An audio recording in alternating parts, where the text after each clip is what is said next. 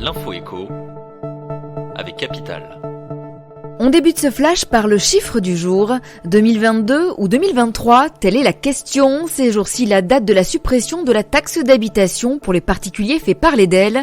Ce vendredi sur RTL, Gérald Darmanin a annoncé que tous les Français auront bien la taxe d'habitation supprimée pour 2022. Il avait pourtant tweeté la semaine dernière que 24,4 millions de foyers bénéficieraient de sa suppression en 2023. Des déclarations contradictoires qui ont de quoi interloquer. Contacté par Capital, Bercy nous assure que rien ne bouge. La disparition de cet impôt local se fera bien en 3 temps pour les 20% de ménages les plus fortunés entre 2021 et 2023. 2022, c'est la dernière année où les 20% des plus aisés paieront la taxe d'habitation. Donc en 2023, plus personne ne paiera, a tenu à clarifier le ministère. On passe à l'info pratique Capital. La bourse s'ouvre désormais aux plus jeunes. Mis en place par la loi Pacte, le PEA jeune est maintenant opérationnel et s'adresse aux 18-25 ans étant rattachés au foyer fiscal de leurs parents.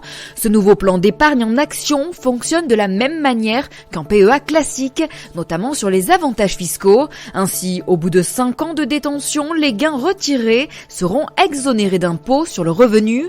En effet, seuls les prélèvements sociaux de 17,2% seront appliqués. Seule différence entre les deux plans, le montant investi est plafonné à 20 000 € sur le PEA jeune, contre 150 000 € pour un contrat classique.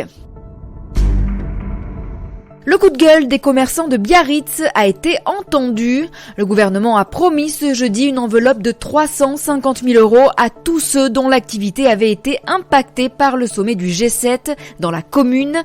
Les compensations seront calculées sur les 4 jours où Biarritz a été fermé et la somme devrait être versée avant le 1er novembre.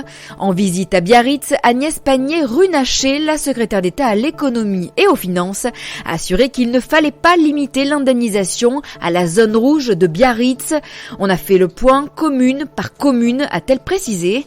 Elle a notamment cité les villes voisines de Biarritz telles que Bayonne, Anglet, Hendaye et Bidart. Et on termine par le top 6 insolite réalisé par la gendarmerie de la Bassée dans le Nord. Alors que la braderie de Lille s'ouvre ce samedi 31 août, les gendarmes jouent l'humour mais surtout la prévention. Ils ont créé un classement des vols à la tire alors que 2 millions de chineurs sont attendus dans les rues lilloises. Parmi les différentes catégories de vols à la sauvette, on retrouve ainsi le plus pressant, le plus traître, le plus médiatique, le plus gonflé, le moins humanitaire et le plus salissant. Objectif, alerter les badauds et les pousser à être plus vigilants et à surveiller leurs effets personnels. Pour l'anecdote, le vol le plus gonflé est celui au distributeur de billets automatique.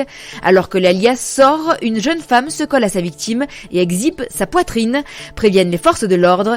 Une ruse qui déstabilise la victime et permet donc au voleur de dérober l'argent qu'il vient de retirer. C'était l'info écho avec Capital.